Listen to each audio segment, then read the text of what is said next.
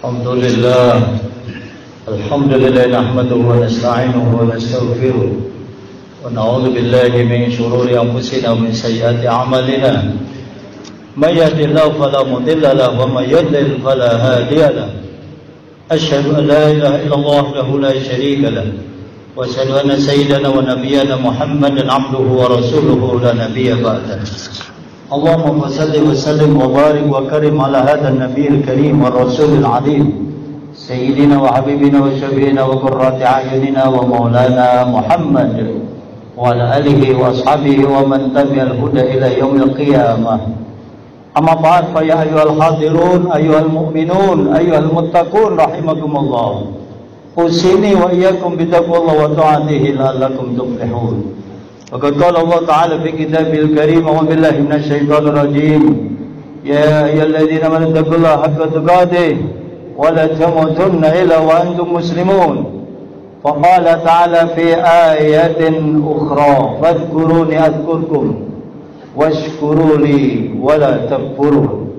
وقال رسول الله صلى الله عليه وآله وسلم الإيمان نصفان نصف في الشكر ونصف في الصبر. Sadaqallah wa sadaqa rasuluh. Ma'asyiral muslimin, sidang Jumat yang sama-sama dimuliakan Allah Subhanahu wa taala. Bersyukur kita alhamdulillah kesempatan yang mulia ini Allah berikan nikmat iman dan Islam. Sehingga sama-sama kita menundukkan hati, pikiran, gerakan, aktivitas kita di yaumil Jumat hari yang terbaik ini untuk tunduk patuh, menyerahkan diri kita dengan khusyuk, meninggalkan sifat-sifat yang tidak baik dalam rangka meningkatkan kualitas iman dan takwa kita melalui ibadah Jumat. Umat Islam sedunia sama, idza nudiya lis-shalah fi yaumil Jum'ah fas'au ila dzikrillah. Kalau diseru untuk menjalankan ibadah Jumat, segera berseru, segera ke masjid, segera menjalankan ibadah mengingat Allah Subhanahu wa taala. Wa darul baik, tinggalkan seluruh aktivitas kita. Dan kita berarti sukses sudah masuk masjid menjalankan ibadah Jumat. Mudah-mudahan ibadah Jumat kita diterima oleh Allah Subhanahu wa taala, mendapatkan keberkahan dan pahala yang luar biasa. Saudara hamba-hamba Allah yang dicintai Allah, salawat dan salam kita tidak lupa kita sampaikan ke baginda Rasulullah sallallahu alaihi wasallam. Sebagai figur, beliau adalah seorang pemimpin yang the best of the best di dunia ini, yang sepanjang masa kita rindukan, sepanjang masa kita membutuhkan pemimpin yang luar biasa. Karena seorang pemimpin yang satu ini, Kanjeng Nabi Muhammad SAW, dipuji Allah, wa innaka la'ala khuluqin adzim. Sungguh engkau Muhammad memiliki akhlak yang sangat agung. Laqad kana lakum fi Rasulillah uswatun hasanah. Sungguhnya ada keteladanan bagi diri Rasulullah SAW. Liman kana yarjullah, bagi mereka yang ingin menjumpai Allah, wal yaumal akhir, dan pada hari akhir, wa dzakarallaha katsiran, dan mengingat Allah yang sebanyak-banyaknya. Sidang Jumat yang dimuliakan Allah, tidak lupa al-fakir, al-khatib pribadi mengajak diri sendiri dan kita semua. Kenapa harus mengajak diri dan kita semua? Mari sama-sama fastabiqul khairat, meningkatkan derajat iman dan takwa kita kepada Allah Ta'ala. Ini menjadi kewajiban dan rukun Jum'ah. Ittaqullah, ittaqullah, ittaqullah. Sedunia sama, masjid manapun, di Arab Saudi, di luar negeri, wajib ittaqullah. Nah, ittaqullah ini sangat mahal karena kita adalah hamba-hamba Allah yang banyak lupa, hamba-hamba Allah yang banyak dosa, hamba-hamba Allah yang penuh dengan pelanggaran-pelanggaran, pelanggaran kemanusiaan, pelanggaran sosial, pelanggaran etika, pelanggaran hukum, dan lain sebagainya. Karenanya kita kembali kepada Allah. Fadkuruni adkurkum washkuruli wala takfurun. Ingat kepada Allah, jangan lupa juga kita bersyukur kepada Allah Subhanahu wa taala melalui peningkatan derajat takwa yang harus makin hari makin berkualitas, saudara. Dalam bahasa saya di berbagai mimbar saya sampaikan takwa itu harus dari aspek kualitas dan kuantitas. Dari aspek kuantitas ditambahi jumlahnya yang banyak, menjalankan perintah Allah, ditambahkan sunnah-sunnahnya, tidak hanya yang wajib, perkuat infak, perkuat sedekah, perkuat zakat kita, zakat mal kita, tidak hanya perspektif zakat fitrah yang hanya 2,5 liter, tetapi juga zakat mal yang luar biasa. Kalau kita imannya masih kurang, barangkali kita berat banget untuk beramal soleh dan lain sebagainya. Nah, sedekah dan amal soleh itu dua hal yang sangat penting. Mereka orang yang meninggal dunia dan boleh jadi ketika sakaratul maut, laula akhartani ila ajalin qarib fa asaddaqa wa akum minas sholihin. Sebuah request, permintaan luar biasa bagi mereka yang detik-detik sakaratul maut, atau bahkan mereka-mereka yang sudah di kuburan. Mereka ingin kalau boleh diakhirkan ajalnya, kalau boleh kembali lagi ke dunia. Fa asaddaqa wa akum minas sholihin. Saya ingin sedekah dan ingin amal soleh. Ini PR kita bersama, saudara. Dalam peningkatan kualitas ketakwaan itu ternyata aplikasinya adalah sedekah dan amal soleh dalam makna yang sangat luas sekali. Dalam sebuah surat At-Tolak disebut, dan kita paling hafal di umat Islam karena sering mendengarkan ini, mayattaqillah yaj'al lahu makhraja. Siapa orang yang bertakwa kepada Allah dikasih solusi. Jadi bahasa kerennya solusi. Makhrajan itu tempat keluar, artinya solusi dari segala problematika yang dihadapi oleh umat manusia. Darah, kalau kita alami di era akhir zaman ini, kita banyak ujian. Dan ujian-ujian itu masing-masing pribadi yang tahu diri kita masing-masing, yang bisa mengevaluasi juga diri kita masing-masing. Terutama ini sudah Desember, nanti sebentar lagi akhir Desember dan akhir tahun, dan sebentar lagi nanti menjelang tahun baru. Itu adalah tahun muhasabah. Boleh dihitung-hitung dari tengah Desember ini sejauh mana kualitas iman dan takwa kita. Boleh dihitung dan ditulis kalau sanggup sejauh mana jumlah kuantitas ibadah sholat kita di malam hari Qiyamul Lail ini. Kalau ditanya Isya, subuh, duhur, asar, maghrib, saya yakin setinggi-tingginya jamaah kita sudah fastabiqul khairat. Tinggal peningkatannya adalah bagaimana meningkatkan jumlah jamaahnya. Bagaimana sholat berjamaah yang 27 derajat kali lipat itu yang harus kita jaga. Saya yakin juga bahwa kita semua sudah berinfak sedekah, zakat, tapi kuantitas dan kualitasnya yang harus ditingkatkan. Kualitas ini, saudara, dari aspek innamal a'malu binniyah. Ini penting.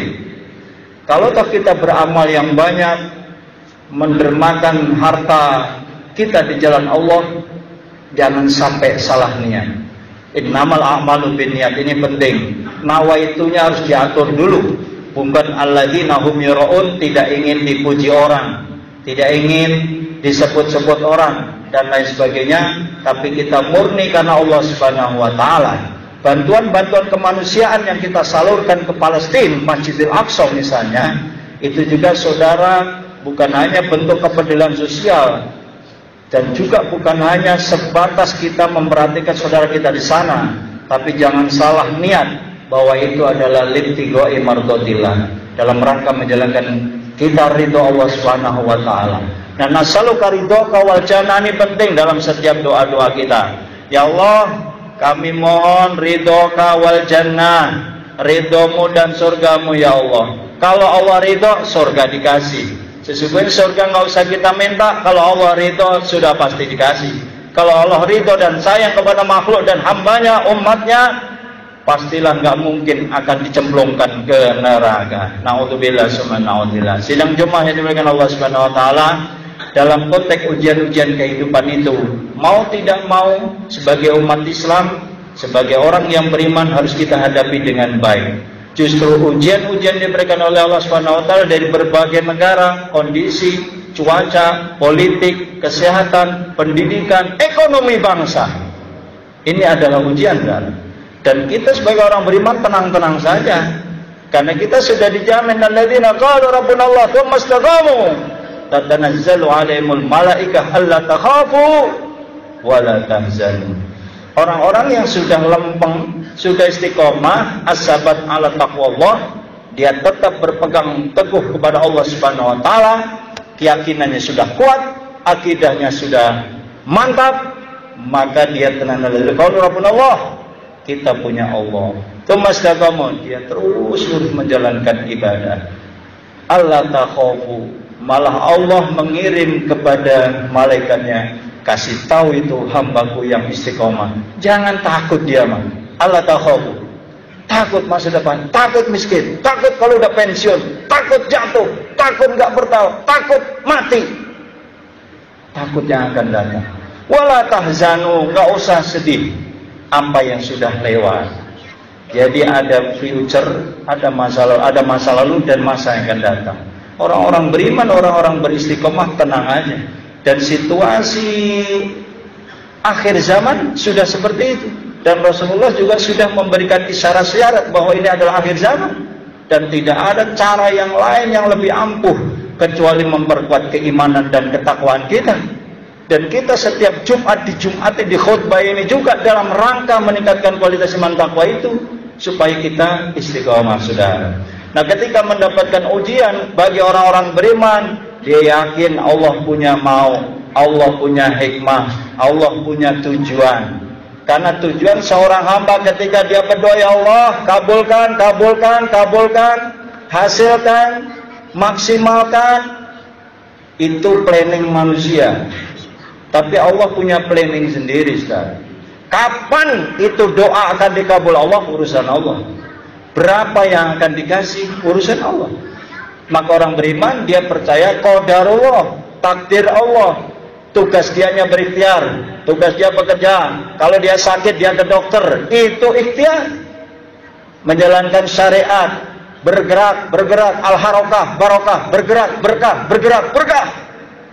Itu wa ma min dabbatin fil ardi illa Allahu rizquha. Kalau binatang melata saja, itu burung, itu ikan, ayam, dia keluar dari rumah, dia dijamin rezekinya oleh Allah. Apalagi kita, manusia yang sangat sempurna, diberi akal, pendidikan, IQ, hati, pikiran, tenaga, kesehatan. Dan itu semua adalah karunia dari Allah Subhanahu wa taala yang harus kita syukuri. Sehingga ketika didatangkan sakit, kembalikan ke Allah. Wa idza maritu fa huwa yasfin. Saya sakit, Allah yang nyembuhin. Ketika diuji ekonomi, dia kembalikan ke Allah. Ini semua dari Allah. Yakin akan keluar solusinya Allah. Nah, Allah sudah ngasih rumus-rumus solusi itu, saudara. Al-iman nisban. Iman itu ada dua cabangnya. Nisbun fi syukri wa nisbun fi sabri. Separuh dari iman itu adanya di rasa syukur kita kepada Allah. Sudah dikasih begini aja masih ngeluh. Di mana rasa syukur kita kepada Allah Subhanahu wa taala? Wa nisbun fi sabri. Separuh daripada iman itu adalah sabar. Syukur dan sabar wajib umat Islam dan umat beriman itu kita miliki dalam kehidupan sehari-hari. Itulah kunci resep, kunci kesuksesan dalam membangun sebuah tatanan kecil, baik internal di rumah tangga kita, di masyarakat kecil, masyarakat yang besar, bangsa dan negara. Perlu adanya rasa syukur dan rasa sabar. Terlebih, saudara, SS yang saya singkat, kemudian istiqomahnya tadi harus diperkuat terus. Sehingga dengan istiqomah di dalam kehidupan ini, apapun yang kita hadapin, kita akan tenang. Orang boleh gelisah. Ciri-ciri orang gelisah itu ya kurang imannya. Lah, orang kurang iman itu kenapa Pak Ustadz ngaji? Kenapa harus ngaji? Ilmu. Kenapa harus ilmu? Nur. Ilmu itu ada cahaya yang memberikan tuntunan hidup kita.